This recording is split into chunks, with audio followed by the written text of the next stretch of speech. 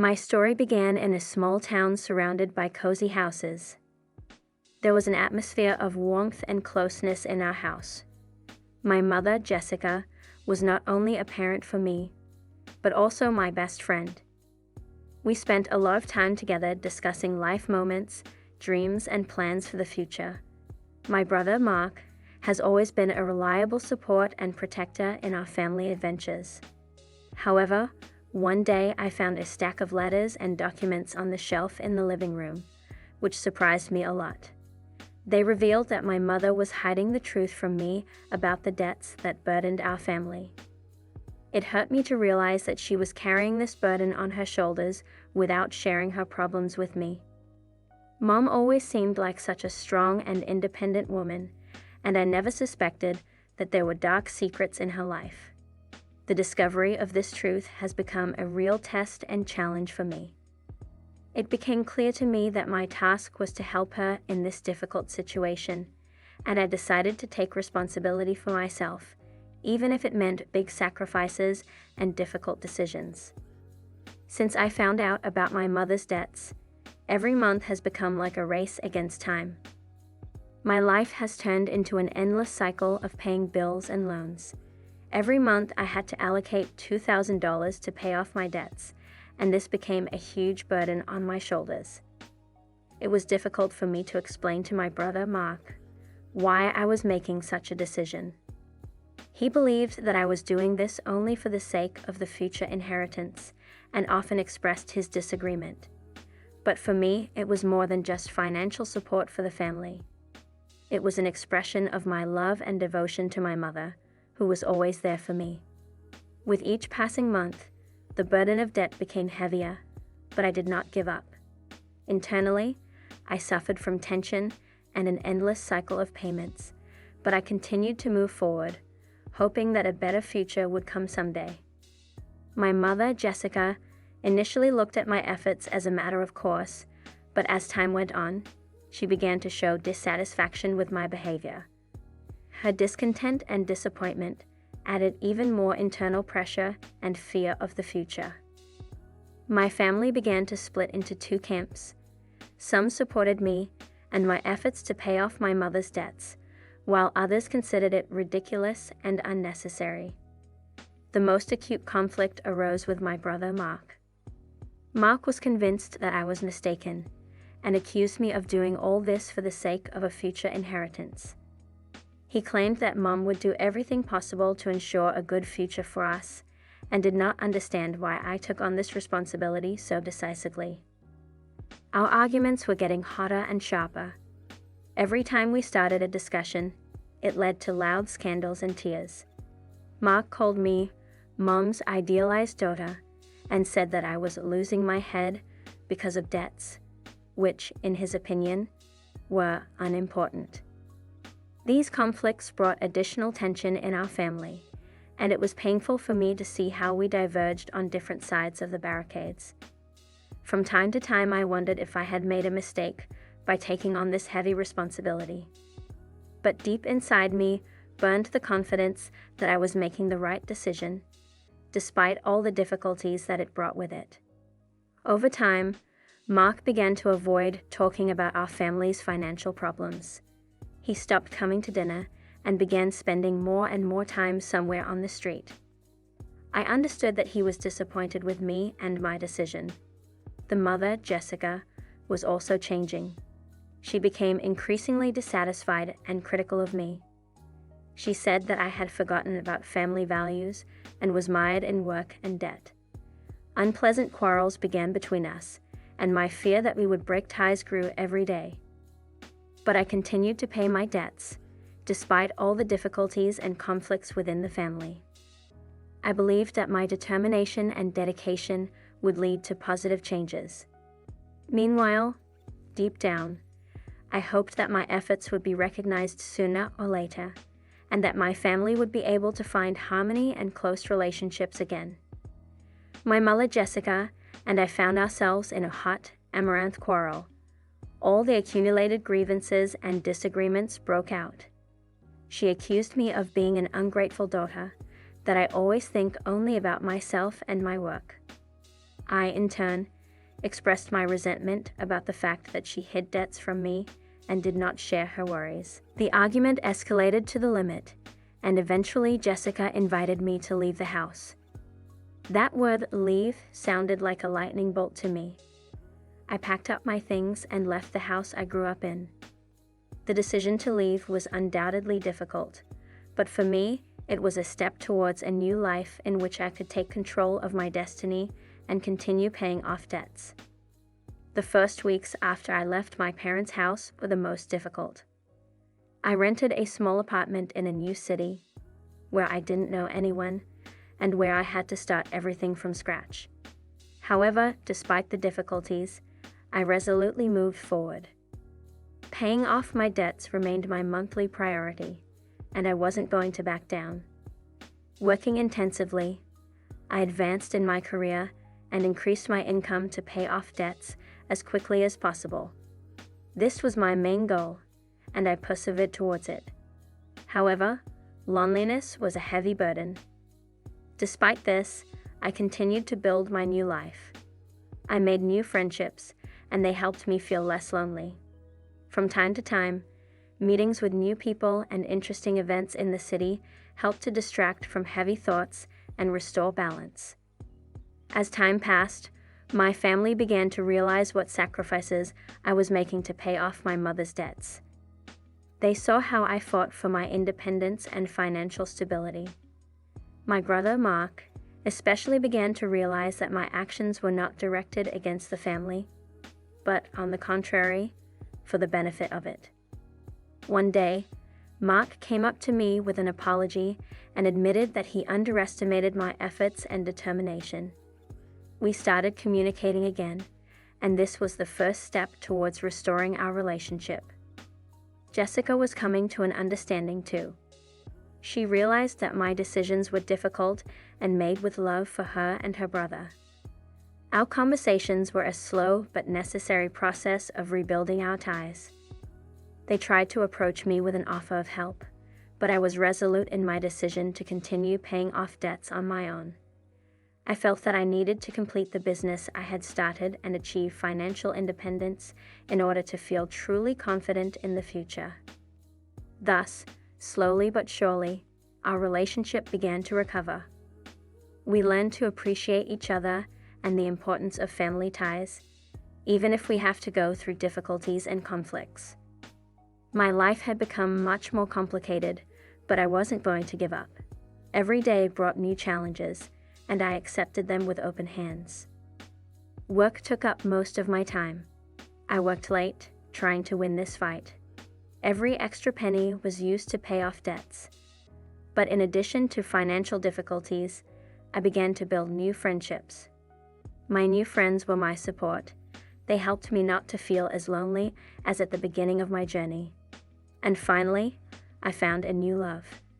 Max was a support and inspiration for me. Our relationship was based on mutual understanding and respect, and together we moved forward, building our own family. Month after month, I continued to pay my mother's debts, but without any sense of obligation or expectation of inheritance. My family, watching my efforts from afar, began to be proud of my achievements. My family began to understand that they should respect my decision and give me space. They began to support me from afar, watching my progress and being proud of my achievements. My friends and partner Max were by my side during this period. They helped me get through difficult moments and find inner peace. I continued my life in a new city, built a career and developed new friendships. In this process, I learned to forgive and understand that family ties are valuable, regardless of obstacles and conflicts in the past. It would seem that Mark began to understand my decisions better and even came to me with apologies for his previous words. But it soon became apparent that his position had changed somewhat under the influence of our mother, Jessica. One day, when Mark and I ran into each other again in a conversation about my determination to pay off debts, he suddenly expressed doubt that it was really necessary. "Mom will soon be able to handle this on her own," he said, as if repeating her words. I was amazed at how quickly his point of view changed. It seemed that Jessica's influence on him was incredibly strong. Mark no longer supported me in my efforts and even began to criticize me for being too stubborn to help. It was a disappointing turn of events. I began to realize that even if my relatives outwardly changed their attitude, under the influence of various factors, their opinions will always fluctuate. And yet, I wasn't going to let it ruin my aspirations and goals. Within a few months of my leaving home, the condition of my mother, Jessica, began to deteriorate. Apparently, the stress associated with financial difficulties and family conflicts had a serious impact on her health.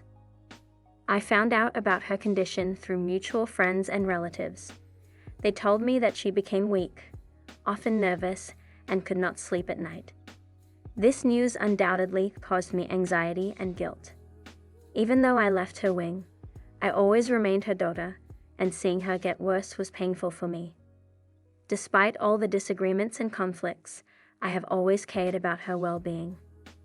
My family also began to worry about my mother's health and began to look for ways to help her. This situation led to new discussions and attempts to restore family ties, but this time, the goal was not to discuss debts, but to provide help and support for her recovery. Over time, Mark became increasingly concerned about the condition of his mother, Jessica. He told me that doctors do not give positive prognoses and that her condition worsens from day to day. The news of her illness came to all of our family like a lightning strike, and we were faced with a difficult choice. Mark came to me with an offer that shocked me. He said he would insist that the house we lived in go into his inheritance to provide financial support for Mom.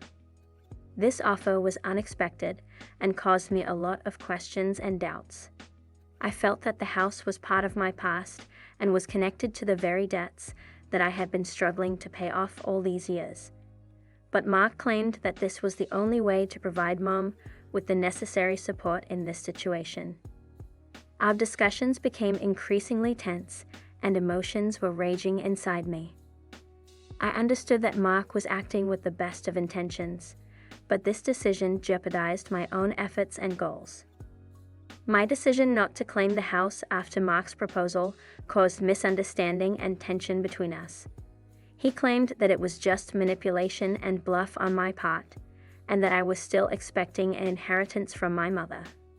All this was far from the truth. I really didn't want the house as an inheritance, and my main goal was to support my mother and provide her with the necessary help during a difficult period of illness. But Mark couldn't or wouldn't understand my real intentions. Every day our differences deepened. We had endless arguments and could not find a common language. My attempts to explain my position were met with discontent and distrust. Mark didn't want to take responsibility for his mother's financial support, even in this critical situation. This caused me to doubt his real motives. It began to seem to me that he was really waiting for an inheritance and interacted with his mother more because of financial interests than because of caring for her. 1.5 months after the deterioration of the mother's condition, she passed away. Her passing has left a deep void in the hearts of each of us. All the disagreements and conflicts seemed small and insignificant in comparison with the loss of his mother. At first, after her death, we all found ourselves in a state of shock and grief. It was a time of grief and condolences, and we decided not to burden each other with our previous disagreements. With the gradual recovery, the procedures for the division of property began. The house we lived in was the center of attention. The family meeting was emotional and tense, as each of us was striving to take the house. I decided that the house didn't really matter to me. My priorities have changed, and I just wanted the process of dividing the property to go quickly and without unnecessary conflicts. I offered Mark to take the house, as he was insistent in his desire. Mark agreed, and this decision brought relief to our family. After the division of property and the death of my mother, I felt a bitter disappointment in Mark. All those accusations and suspicions that I was chasing the inheritance turned out to be only a shadow of his own unsuccessful decisions and actions. I found out that he really did not provide financial assistance to his mother, despite her illness. He preferred to spend his time playing games and judging me for my selfless help to her. This disappointment was huge and painful. I realized that this whole inheritance dispute was just a reflection of his own complexes and ambitions. He couldn't accept the fact that I was willing to give up the house for our mother and help her in a difficult time. His own indifference and inattention to his mother's needs were the bitter truth. This disappointment in Mark was a lesson for me that family ties do not always mean support and mutual understanding. Sometimes we have to face disappointments and realize that people may not be what we saw them. Me, Lena, and Alex, two young hearts, crossed paths on a narrow street in a small town where every day seemed like a random miracle. My eyes met his, and from that moment, I felt that I had found what I had always been looking for: great love. Alex was a quiet, mysterious guy with deep eyes that seemed a little inaccessible. But the magic of the moment forced us closer, and our hearts began to beat in unison. We spent endless nights talking about our dreams and hopes, sharing our deepest secrets. It seemed that the whole world was simply disappearing in the shadow of our mutual affection. And despite my doubts and fears, a few months later we decided to marry, starting a new chapter in our lives, which I hoped would remain a fairy tale. After the wedding, I moved in with Alex. His family home stood in a secluded part of the city, surrounded by dense trees and a mysterious atmosphere that made me feel like I was in a romantic story. The house was large and ancient, with a huge courtyard that hid many secrets and hiding places. Creaking doors and hidden rooms gave the place an additional mystery. Since my arrival, Eva, Alex's mother, has welcomed me with open arms. She praised me in front of her friends and relatives, calling me the perfect daughter-in-law. In her eyes, I became the one she was always looking for her son. The first months of my stay in this house passed in harmony, and I felt like in a fairy tale. I thought I had found my place in this new family, but soon events began that made me think about the true nature of relationships in this mysterious family. "Lena, darling, you are so wonderful," said Eva, my new mother-in-law, with a smile on her face that seemed not to leave her for a moment. "You've given new life to this house." "Thank you, Eva," I replied, feeling a blush of tenderness color my cheeks. "I'm so glad to be here and be a part of your family. You are the perfect daughter-in-law for our son, Alex. He could never have found a better wife," she said, and her voice sounded like praise. The days flew by, and I felt that with each of them Eva introduced me more and more to family traditions. We cooked together, planted flowers in the garden, and read old family recipes. "You're so skilled and diligent," she said one day, looking into my eyes. "I am proud that you have become a part of our family." I smiled back, but a small doubt began to grow inside me. Was I really the perfect daughter-in-law, as her words implied, or was it just a facade hiding something deeper and darker? In the evenings, when I thought Alex and Eva had gone to their rooms, but I couldn't sleep, their muffled voices reached me from the living room. "Are you sure she doesn't notice anything, Alex?" asked Eva, and her voice sounded mysterious. "No, she's absolutely trusting," Alex replied, his voice full of mixed feelings. "Then keep her in the dark. We have to prepare for the next stage," Eva said, and I heard a strange rustle of paper. Every time I showed up, the conversations were interrupted and they started discussing more mundane topics.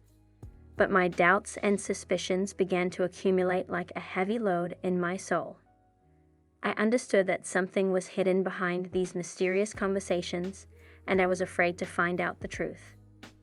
I couldn't understand why Alex and Eva were behaving so strangely and incomprehensibly. Every time I asked them questions, they evaded the answers. But the conversations I accidentally intercepted were the most disturbing. What are they discussing? What are the next steps they are preparing to take? I couldn't stop thinking about it, and it started eating away at me from the inside. Night after night, I listened to their whispers, feeling my nerves tense up. Whatever it was, it had already become a part of my life, and I felt that I could no longer ignore these strange signals. My doubts and suspicions grew stronger every day, and one day, when I was accidentally reviewing old photos in one of the old cabinets in the house, I found a drawer that seemed to have been forgotten for a long time. Inside this drawer were old photographs, as well as notes and letters. Some of the photos depicted Eva, my mother-in-law, in her youth. Others had unfamiliar faces, but they looked like her former companions. The notes contained details that I couldn't ignore. They talked about Ava's dark past, about the events she left behind when I married Alex. My doubts became insurmountable, and I decided that I needed to figure out this riddle. What lies behind this dark past, and how does it relate to my family? My investigations into the past of Eva and my husband Alex continued. However, the deeper I dug, the darker the details became. The photos I found in that box in the attic were a puzzle from the past that was slowly assembling in my head. In them, Eva was surrounded by people who, apparently, were part of her life before I appeared. Like pieces of a puzzle, my guesses began to take shape into a coherent picture. It turned out that Eva was hiding something much more complicated than I could imagine. Her connections with these people, secrets and hidden fears, all this gave her a kind of mysterious appearance. The notes I found also reinforced my doubts.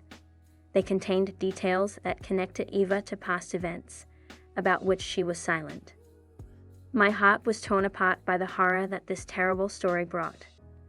I continued to hide from Alex what I had learned, but every day the load on my shoulders increased. One day, when the light medallion of our family photo flashed in a dark corner of the room, I decided to eavesdrop on Eva and Alex's conversation again. But this time my ears were ready for any news. Their dialogue was cold and insidious. "Do you think she suspected something?" Eva asked. "No, she's absolutely sure we're on her side," Alex replied, and his voice sounded insensitive. "Then we will continue the plan. As soon as we get rid of it, our life will become richer. No one will know the truth." Eva's words pierced me like a knife through my heart.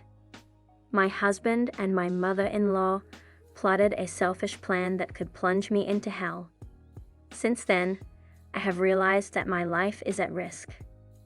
One day, when Alex left for work, I decided to talk to Eva, hoping that there was still a thread of trust between us. "Eva, we have to have a conversation," I began, barely hiding the anxiety in my voice. She looked at me as if she didn't understand what I was talking about. "What do you mean, Lena? What is it?" she asked, but there was something sinister in her eyes. "I know about your plan," I continued, "a plan to get rid of me and get benefits." Eva froze, as if in a glass tent, and I saw her face turn white with horror. "Do you know everything?"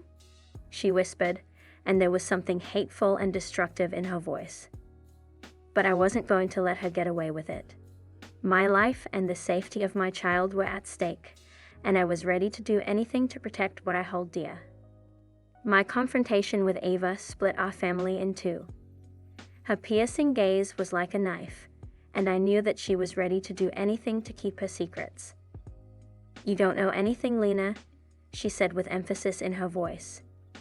"You'll hurt yourself and Alex if you try to figure something out." "I'm ready to find out the truth, Eva," I replied with determination.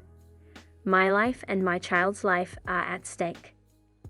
Alex began to appear and disappear like a shadow in our own lives. The first few times he disappeared for a day or two, He justified it with the usual rest from routine, stress at work, or urgent matters. But over time, his disappearances became more and more prolonged and mysterious. I began to guess that in his absence, there was a connection with Ava and their insidious plan. Our relationship became strained, and there was an abyss of silence between us. Each of us tried to hide our own secrets, and our marriage suffered from this heavy burden. One day, when Alex disappeared for a whole week, I decided to act. I knew that my life and the safety of my child were at risk, and I couldn't wait any longer. My investigation was about to reach its climax, and I was ready to solve the mysteries, whatever they were, in order to protect what belongs to me. A month later, after a long and intense investigation, I was returning home from work. The day was ordinary as usual, but when I drove up to our house, something completely unexpected was waiting for me. There were 2 police patrol cars parked outside our house. My heart was in a hurry, and anxiety gripped me. What could have happened? What happened in my absence? I quickly parked the car and ran out of it, afraid to find out the truth. When I got to the house, I saw the police talking to Eva. She looked very shocked and worried, and my husband, Alex, was standing on the sidelines, also very scared. I couldn't figure out what was going on. My heart was beating so fast that I could feel it in my throat. I went up to them and asked, "What happened? Why are the police here?" The policeman looked at me with a serious look and began to explain. But what he said made me realize that everything I believed in turned out to be nothing more than an illusion. The policeman's words pierced me like a frozen blade. Alex and Eva accused me of poisoning our child. It was as unexpected as a lightning strike from a clear sky. What? It's impossible? I screamed, my eyes were full of tears. "We received a message from the ambulance an hour ago. Your child has been hospitalized with signs of poisoning," the policeman announced, looking stern. Alex and Ava were standing next to each other, and their faces expressed false alarm and accusation. My knees buckled, and I felt the world crumbling around me. "Are you accusing me? It's impossible. I would never harm my child," I shouted, trying to defend my innocence. But the charges were serious, and the police began collecting evidence. The policeman demanded that I go with him. My soul was worried, but I was determined to prove my innocence. Glancing at Alex and Eva, I saw them standing aside, not trying to prevent my detention. "Do you really believe these accusations?" I asked, looking at Alex, but his face was devoid of feelings. "Lena, we don't have a choice," he muttered. "The police should investigate." Alex's words pierced me like a stab in the back. The husband I loved didn't believe me. I went with the policeman, feeling the dark threads of the conspiracy slowly tightening around me. I was questioned at the police station, and the officers asked me to explain every step I took that day. I answered all the questions honestly and with firm confidence in my innocence. The interrogation at the police station turned out to be long and stressful. However, eventually, the police realized that the charges were based on manipulation and lies. This poisoning story turned out to be just part of an ordinary scheme conceived by Alex and Eva. "You can go now, miss," the chief detective said, closing the case. "We apologize for the inconvenience, but we have an obligation to investigate such serious allegations." A sense of relief and truth swept over me.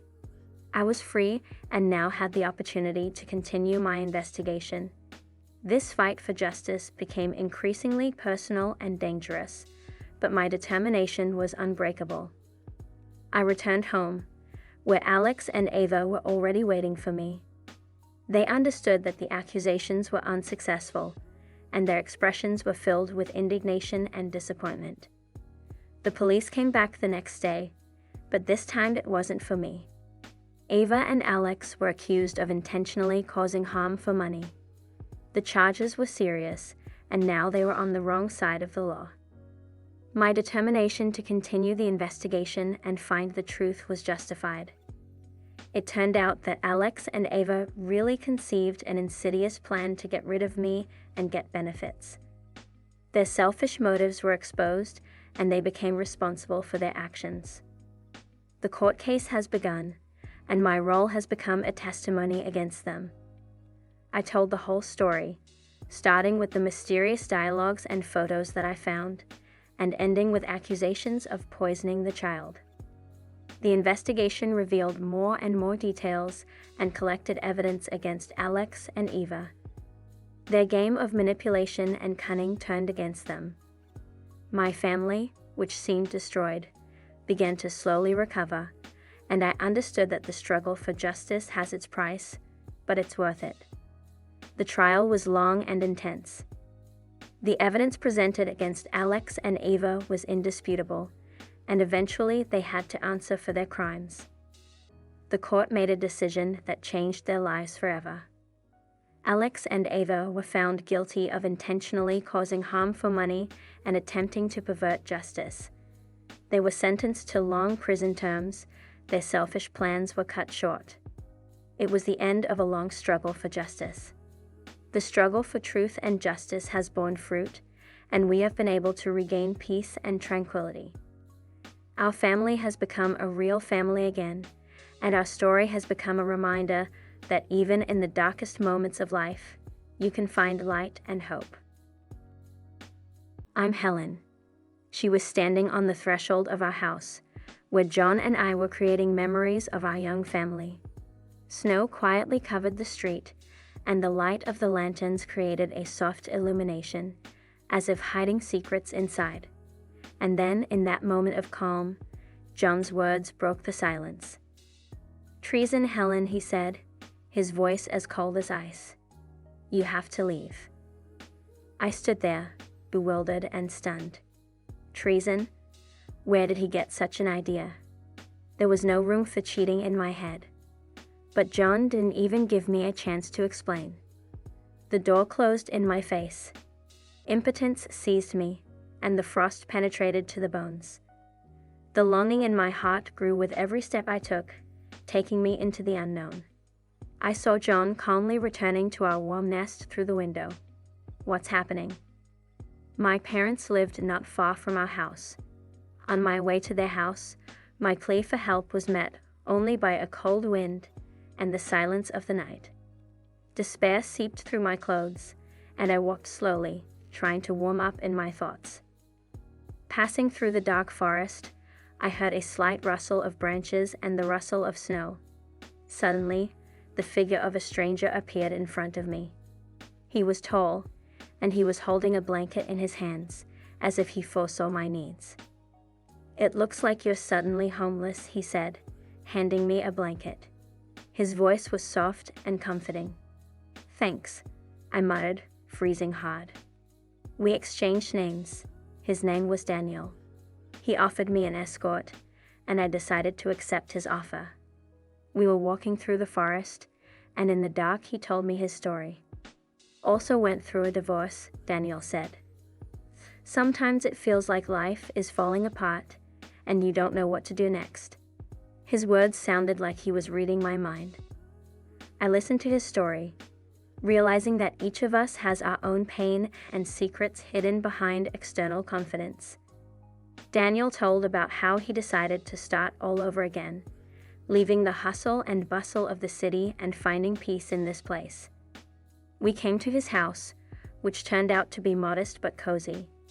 He asked me to stay with him for the night, and I agreed. The mysterious stranger Daniel, as it turned out, became my salvation on this cold winter night. Daniel, sitting across from me, began to tell his story. "My wife and I seemed to have everything: successful careers, a beautiful home, friends, and travel. But over time, our paths began to diverge. Work took up more and more of our time, and instead of talking, she preferred to look at the smartphone screen. We became like two strangers living under the same roof." I listened attentively to his story. Daniel's story seemed so close to mine. Family relationships might seem perfect, but inside they were collapsing. This stranger understood me better than anyone else. And one day, Daniel continued, I decided to change my life. We got divorced. I sold our house and moved here, away from the hustle and bustle of the city. It was a difficult choice, but it made me happier. I thought about my situation and the decisions to be made. Daniel gave me not only shelter from the cold, but also an important realization. John's betrayal and his false accusations could not change my life if I did not make my own decision. What are you planning to do? Daniel asked me. I looked into the fire and in response to his question lit up with a new hope. I'll start all over again, just like you, Daniel. My life is just beginning here. In the morning, I left Daniel's house, leaving him words of gratitude and a promise that I would return when I was ready. Kindly borrowing an old car from him, I headed back to what had once been my house with John. The road seemed endless, and thousands of questions were spinning in my head. I needed to understand what had happened and what steps to take next. When I returned, my house was empty. Mark, then John, is gone. There was silence in the rooms, and all that remained of our years together was just a memory. Nevertheless, I decided to act.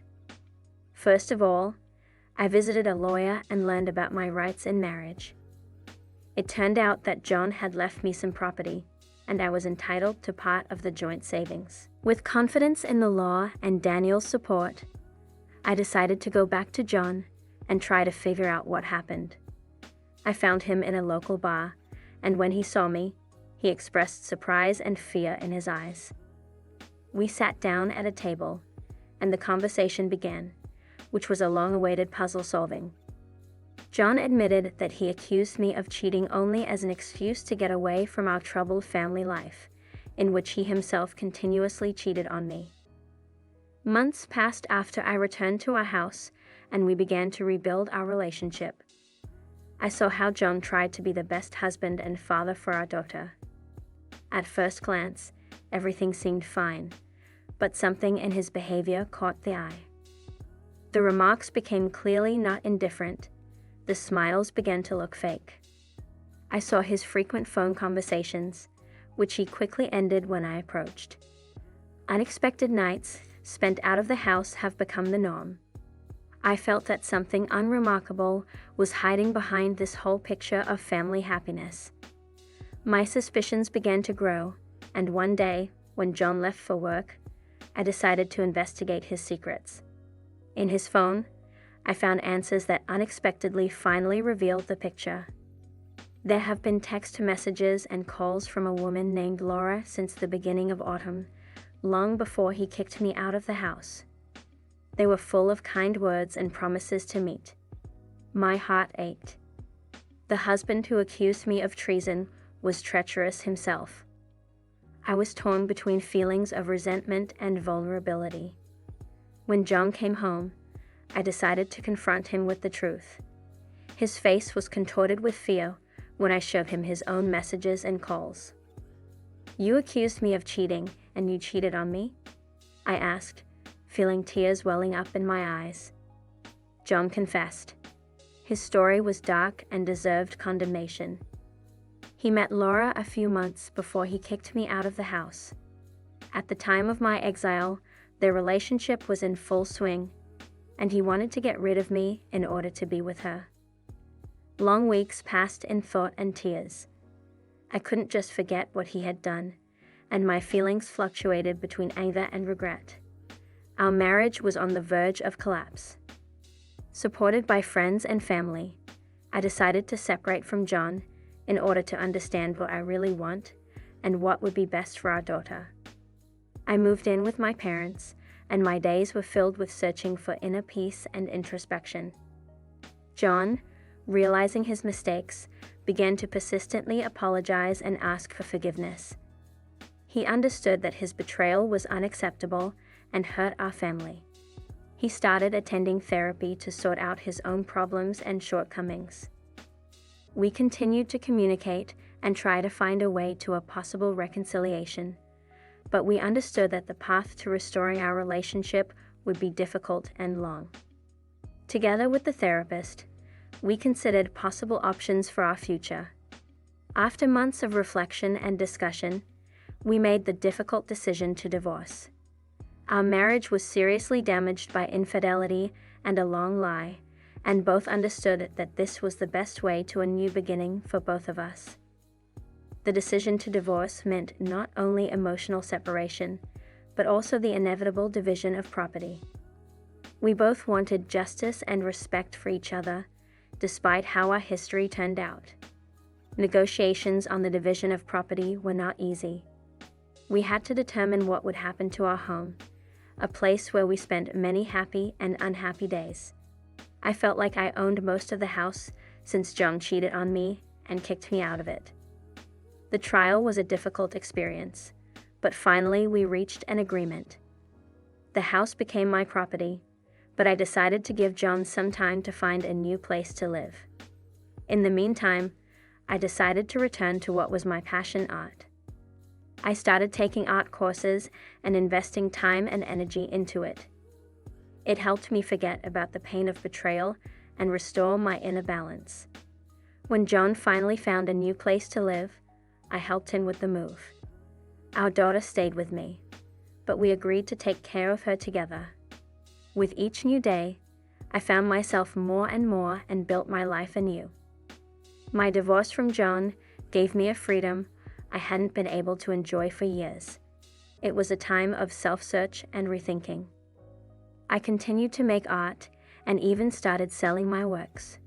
It became not only my way of earning money, but also a way to express myself and share my feelings with others. My daughter was growing up, and we spent a lot of time together, creating special moments and restoring our lost ties. I tried to give her self-confidence and teach her that even after difficult trials, you can find the strength and move forward. As the years went by, I met new friends and created my own supportive network.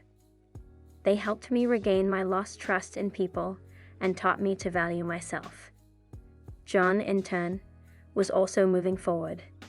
He realized that his betrayal was a big mistake and that he had to change. He started learning how to be a better father and person. Our daughter became his main inspiration for personal growth. Despite all the disappointments and pains, our story remained a bond between us because we had a daughter together. We both decided to work on joint parenting and support each other in this difficult process. Every new day brought me new opportunities and hopes. I realized that even after the most difficult trials, you can find strength inside yourself and move forward, building a new life story. Several years have passed since our divorce, and life has moved forward, transforming and developing. I remained on my path of self-search and self-development, and although our daughter was a top priority for me, I understood that my own needs and ambitions were also important. John, in turn, tried to reconnect with me after his affair with Laura ended. She left him, and he realized that he had lost a lot. He apologized and claimed that he understood his mistakes and was now ready to change for our family. But I had already been through a lot, and my heart could no longer trust him completely. Although I appreciated his attempts to change and become a better person, I understood that it was better for me to stay in the past. Our paths had parted, and I didn't want to go back to the pain and betrayal. The decision to remain independent and build your own life was difficult, but liberating.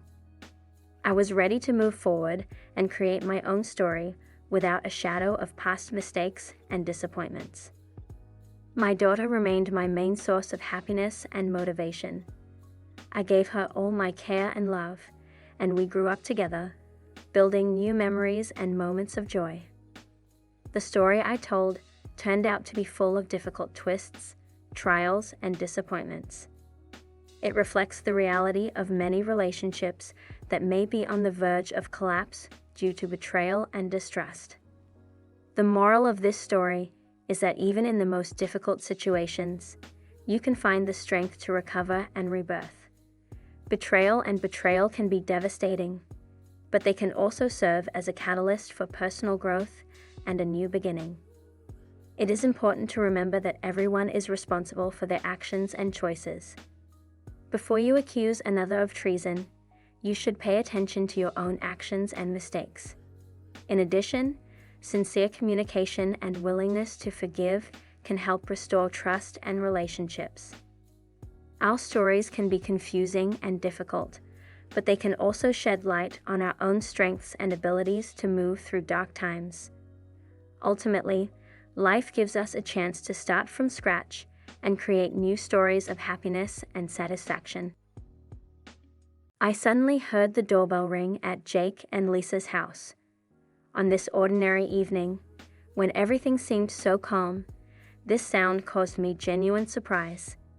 Lisa and Jake, my sister and her husband, expressed the same thing on their faces when I met their gaze. We cautiously headed for the door, having no idea who could be behind it. When Jake opened the door, Anna, my brother Mike's ex-wife, was standing in front of us, and some tension was visible on her face. Neither of us expected such an unexpected visit. Anna stood in front of us like a ghost from the past, and I couldn't hide my shock. Her eyes looked tired, and her hands were shaking when she tried to smile, but the smile came out somehow artificially. We were all on guard, not knowing what to expect. "Anna, what are you doing here?" Jake asked, trying to contain his emotions. Anna took a deep breath, as if preparing for something unpleasant. "I need to talk," she whispered, as if afraid that her words might destroy our peace of mind. We invited her inside, and she started telling her story. Her words were shocking, and they slowly began to add up to a mystery that we were ready to solve. Anna claimed to have discovered a mysterious letter that is strongly connected with us, and she brought it with her. This letter, she claimed, could change everything. We had no choice but to listen to what she meant. We gathered in the living room, as if holding our breath, ready to listen to what Anna considered so important.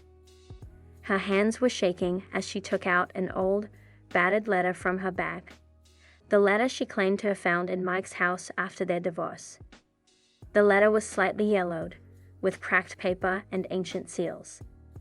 Anna unfolded it, and we saw a small handwriting that was familiar to us. It was Mike's handwriting. I do not know how this letter ended up in his house after the divorce, but I think it can change our understanding of the past, Anna began. She began to read the letter aloud, and every word penetrated our hearts like a sudden gust of wind. The letter mentioned some mysterious amount of money hidden somewhere in the house, and we were unable to find out what it could have been spent on. The words in the letter left us in a state of shock.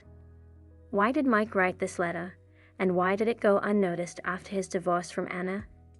We all exchanged looks full of mixed feelings.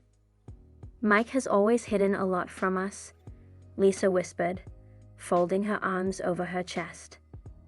The mystery of the letter became a kind of key to the past, and we knew that now we would have to solve this puzzle to understand what was really happening. We decided that we need to find answers to solve this mystery that has remained unsolved for so long. Sarah, the daughter of Jake and Lisa, came to the table and began to look at the letter as if it was some kind of mysterious card game. Her bright mind and analytical mindset have always been useful to us. "It talks about some money, but nothing concrete," Sarah said. Mike carefully scanned the letter, trying to find some hidden hints. Lisa and Jake, along with Anna, discussed possible places where money could be hidden. What if it's all just Mike's fantasy? Maybe he was just trying to influence Anna or us, Jake suggested. No, Mike wouldn't be so melodramatic. He has always been a man of action, Anna objected. We started going through the memories of the past, trying to remember if there were any moments that could explain the mysterious letter. The solution seemed to us somewhere very close, but still undiscovered. Anna began to talk about what misunderstandings existed between her and Mike in those days. She recalled long-standing arguments and secret conversations that always ended in a strange silence. Mike was always mysterious, as if he had his own world that no one could look into, she said with a bitter smile. We found out that Mike had been hiding his financial problems from Anna for a long time so as not to bother her. It turns out that he invested money in some dubious project, which eventually went bankrupt, leaving him in debt. Mike, in turn, began to talk about how his debts hung over him like a dreaming thunderstorm, and how he felt unable to cope with the situation. He didn't even tell his own family about it. I was afraid of destroying everything we were before, Mike admitted. Secrets and misunderstandings began to be revealed one by one, and we learned that each of us kept his painful secrets. This frankness brought us closer to each other, as if previously invisible barriers had begun to break down. Sarah, my daughter, turned out to be a key figure in uncovering the mystery that was gathering around us. Her analytical mind and determination helped us move forward in the excavation of the past. She began to analyze the letter from the point of view of logic and reason. We discussed every word, every phrase, as if it were a mysterious cipher that we had to solve. Sarah highlighted several key points from the letter that could point to the place where the money could be hidden. We resolutely set out to investigate each of these hints. As we dug up memories and paid attention to details, events that we had long forgotten surfaced. Mike told us about the conversation that took place between him and his old friend, who mysteriously disappeared from their lives. We lost touch with him a long time ago, but he was part of our past, Mike recalled. Sarah continued to analyze this information and concluded that the money could be related to some kind of joint project that they were conducting together with this friend. We realized that this was an important step in our investigation. As we revealed more and more details of the secret that had remained hidden for years, the main question that became the topic of our conversations arose. Why did Anna return, and why did she tell about the secret right now? Her appearance and the opening of the letter seemed to be a fateful event, but we could not understand how she found herself back in our lives after many years of separation. Anna carried a lot of answers, but she refused to open all the cards in front of us. In response to our questions, she just smiled a mysterious smile. Time always has a role in our lives, she said, but did not specify exactly what role it plays in this story. We started trying to uncover this secret. Perhaps Anna came back for her own reasons, and we had to understand exactly what she was looking for in this secret. Maybe it was her way of finding closure or getting back something she had lost. However, we had to be careful. We decided to join forces and find answers to all our questions together. Sarah, having become our main analyst and researcher, continued to analyze every detail and connection in this mystery. She began to study the paper trails and correspondence that Mike had left, as well as related documents. We found that money is really connected with the history of a long-standing friendship. Mike, his old friend, and another friend were part of an incredible story. They planned to create their own business and invested money together. However, the events surrounding this friendship took an unexpected turn. An external force intervened in our investigations, betrayal became part of this story, and the money disappeared like grains of sand in our hands. With each piece of history that opened up, we realized that Mike carried a lot more secrets than we could have imagined. The disappearance of the money was just the tip of the iceberg in this incredible story. You never imagined that any of our friends could be connected with the disappearance of money and betrayal. Anna, however, was confusing us again. Suddenly, she claimed that she had not come for the money and that her intentions were not at all what we had assumed. Money is just part of the story, she said. I came to find the truth about our past life, about our family, and about our relationship. We couldn't understand why Anna was so insistent on not disclosing information about money to others. This was another mysterious aspect in this story, which only increased our curiosity. We promised Anna that we would not share this information with others until we understood the full depth of the story. Jake, Lisa, and Mike could not accept Anna's decision not to disclose information about money to others. "We need to know the truth and figure out what to do with this money," Jake said with a note of determination in his voice. Lisa nodded in agreement and added, "Our family history and our relationship are more important than hiding secrets." Mike, stunned by the turn of events, also joined their opinion. "We cannot remain in the dark. This story affects us all, and we have the right to know the truth."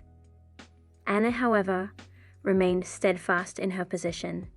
She argued that unraveling the truth can bring pain and destroy what we have in the present. She insisted that we first need to investigate deeper aspects of our past before revealing secrets. This discussion created disagreements and tension within the family. We are faced with a choice between what seems to us to be morally right, to share information about money with others, and what seems important to Anna, to keep exclusively for our family. Finally, it was time to make a decision, and we had to put our feelings, relationships, and thirst for truth on the scales. Anna again raised the question of a secret that she did not want to reveal to others. "I'm offering you a deal," Anna said, looking at us with a searching look. "I will tell you the whole truth, but only on condition that you promise me not to disclose this information to others, so as not to harm any of us." We started discussing this deal. It was not an easy decision, and each of us felt that he would have to sacrifice something. But we also understood that the history of our family and the relationship between us stood above everything. Gradually, we came to an agreement. We realized that Anna was also part of this mysterious story and that she was looking for closure and understanding. We promised her that we would keep her secret and solve it together. Anna began to tell the story that we had been trying to solve for so long. Her words opened up new horizons and helped us to learn the truth about the past. Eventually, we realized that truth can be difficult and painful, but it can also unite family and friends. Her words were like a key opening the door to understanding what had happened. The story began many years ago, when we were still young and full of ambition. Mike, his old friend, and another close friend decided to create their own business. All of them invested their savings to make their dream come true. However, their path was not as smooth as they expected. The business began to face difficulties, financial problems began to accumulate, and they were on the verge of bankruptcy. It became a time of testing their friendship. A mysterious businessman appeared in their lives, who offered them a way out of a difficult situation. He promised to invest in their company and save it from collapse. They agreed to this deal, hoping for the best. However, this businessman turned out to be two-faced and treacherous. He used their money for his own purposes, and then disappeared from their lives without leaving a single trace. This betrayal shocked and destroyed the friendship they valued so highly. Over time, they found out that this businessman was connected with organized crime, and he ran away to avoid punishment. The money they invested disappeared with it. At that moment, we realized that the money referred to in Mike's letter was part of this tragic story. Mike kept it a secret, so as not to damage the relationship in the family and to protect us from pain and disappointment. So the truth was revealed, and we learned what difficult trials our family and her friends had to go through. This story has become part of our family legend, reminding us of what is important in life: family, friendship, and the ability to overcome difficulties together. We learned the truth about the long-forgotten past, but the price of this discovery was high. It affected our feelings, relationships, and devotion to each other. The intrigue of this story continued to cover our conversations and thoughts. We wondered what other secrets might be hidden in our past and how it would affect our future. We realized that the truth can be painful, but it also gives us understanding and the opportunity to grow. The family remained close and harmonious despite all the trials and discoveries. We decided that it was important to keep the history we had learned in the family circle, so as not to repeat the mistakes of the past and learn from them. Our hearts remained filled with questions and unsolved puzzles, but we knew that it was part of life to solve mysteries, overcome difficulties, and keep our family together. Roy is a tall, charismatic man with a thick black beard, which gave him a mystery. His dark eyes always seemed to hide something deep and inaccessible. He was a successful businessman who was used to controlling everything in his life. Roy had an indescribable charm that many women couldn't resist. He was persistent and knew how to win hearts. But when I met him, I saw something more. I saw his kind heart and willingness to support me in any circumstances. We met at one of the parties where his conversational skills and attention to detail impressed me. Over time, our communication turned into something more, and I realized that Roy is the person I want to spend my whole life with. From the first days of our meeting, I felt that Roy was the person I wanted to spend my whole life with. Our destinies seemed intertwined, and every day our bond strengthened. Evening dates at cozy restaurants, long conversations and moments spent together made our love stronger and stronger. We were like companions on this journey, meeting life together. My parents kept in touch and thought Roy and I were the perfect couple. And I thought so too, until this trial began. The gift I received from my parents was an incredible surprise for us. The house, standing on a hill overlooking the lake, was the crown of our love and a symbol of our parents' care. He personified all the warmth and support that we felt when we got married. "Amelia, this is your future nest," Mom said, smiling when we first went inside. Roy and I walked around each room, imagining how they would happily live here and raise their future family. When I looked at Roy, I saw in his eyes the dream of our future together. And he said, "This house will be our invisible thread connecting us in this life and in the next." But what happened after our wedding was an unforeseen test of our love and loyalty to each other. Roy was insistent about the wedding, and his determination often scared me. He argued that why delay, and that we should get married quickly to start a life together.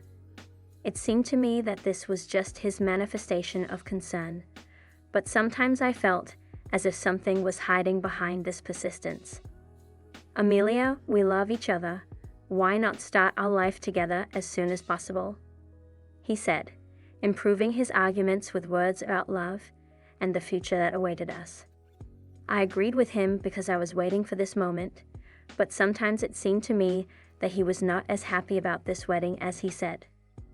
I was worried about his sudden mood swings and the mysterious calls he often received.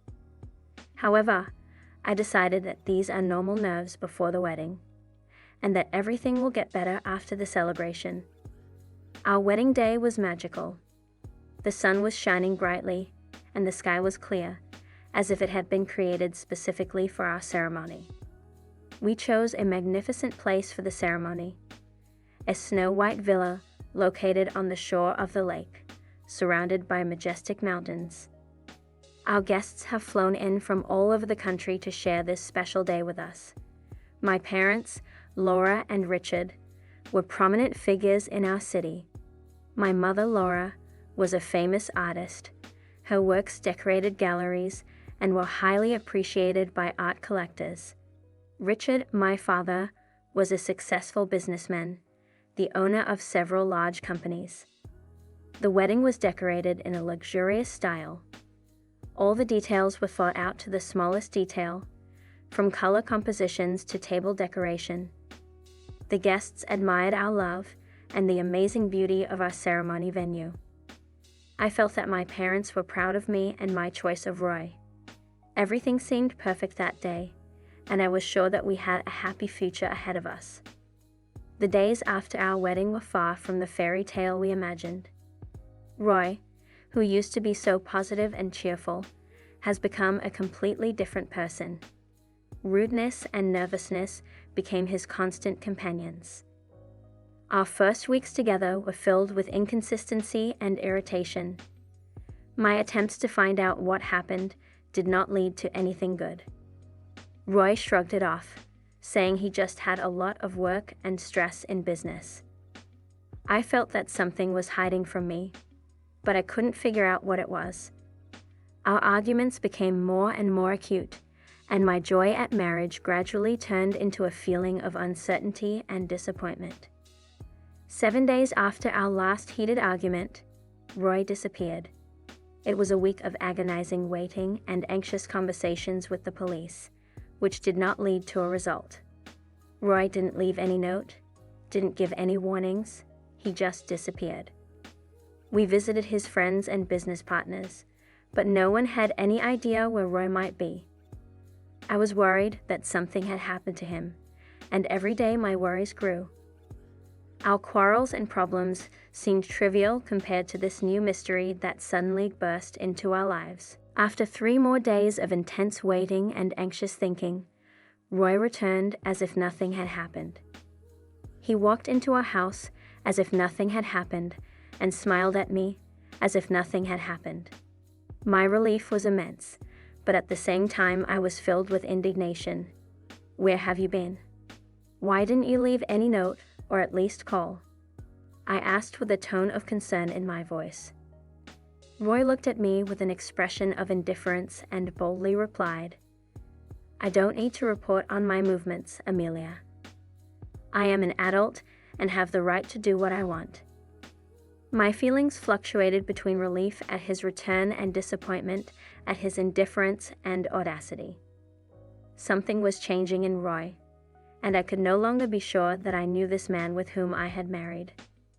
After our wedding, Roy started behaving more and more strangely.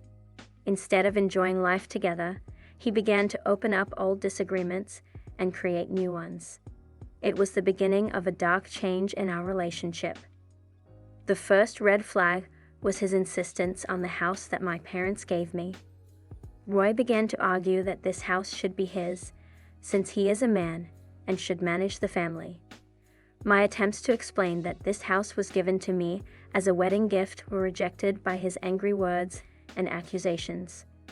A feeling of helplessness gripped me. How could the person I loved so much and with whom I planned to spend my whole life insist on a divorce and divide the property in this way? With each passing day, family life became more and more unbearable. Roy stopped spending the night at home, as if provoking me and emphasizing his discontent. Every evening I was left alone in our house, not knowing where he spends his nights. It was something incredible and terrible for me. My attempts to talk and return to our promises to each other seemed useless. Roy seemed to cut himself off from me, creating a wall of indifference between us.